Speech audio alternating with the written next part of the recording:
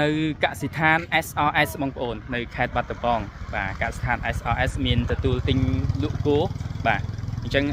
ថ្ងៃនេះមកមើលគោនៅកសិដ្ឋាន SRS នេះបាទ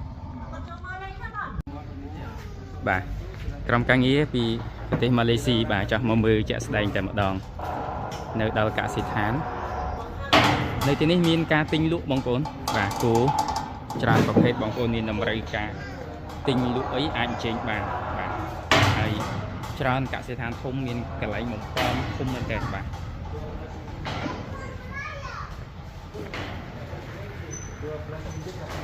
Dia beli masuk kilo 12 ringgit. Jadi dia jual balik